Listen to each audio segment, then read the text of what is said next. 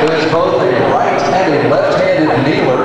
Very first one we've had in Hillcrest history. She scored the highest kneeling this season with an 82 out of 100. Assume the kneeling position.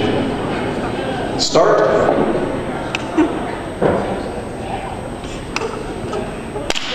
Ceasefire. Okay, thank you very much.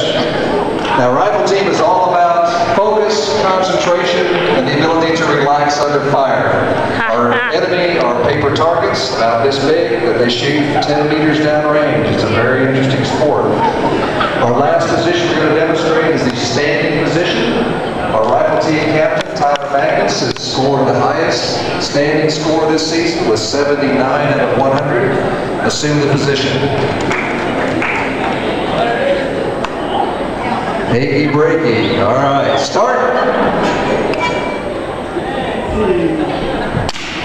Ceasefire. Good job. Thank you to all the rifle team this year. Zach Sawyer.